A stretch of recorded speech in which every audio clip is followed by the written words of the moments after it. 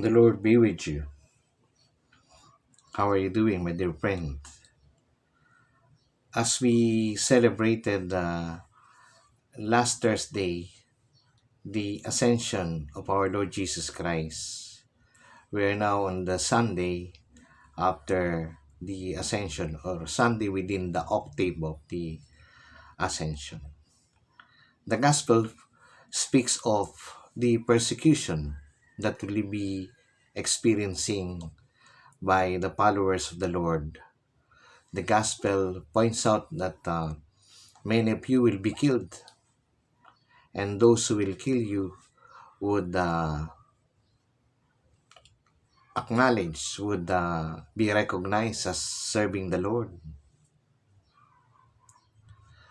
Persecution cannot be separated with the Christians. And because of that, the more will become witnesses to Jesus Christ.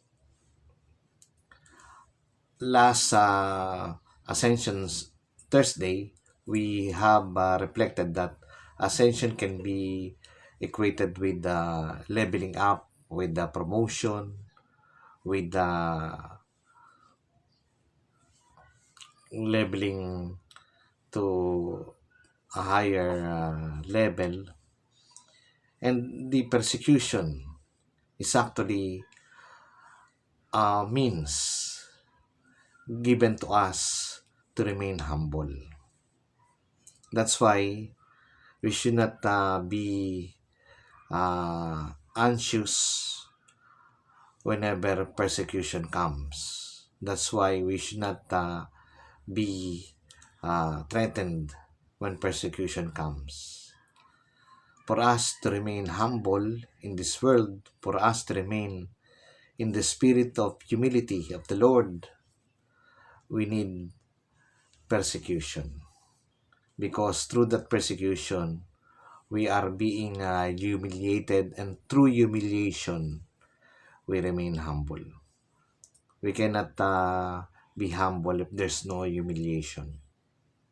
That's why in the Acts of the Apostles, you can read that the disciples were glad whenever they will suffer persecution on account of the name of our Lord Jesus Christ. That's why if you are promoted, if you're now leveling up, you're now being upgraded, the sign is you're being humiliated. But do not worry, because a sign of a great man is actually humility. And the best virtue for us as Christians is humility. And we become humble when we experience persecution, when we are humiliated. And we're thankful to the Lord for the grace of humiliation, because on that account, we are suffering on account of His name. God bless you.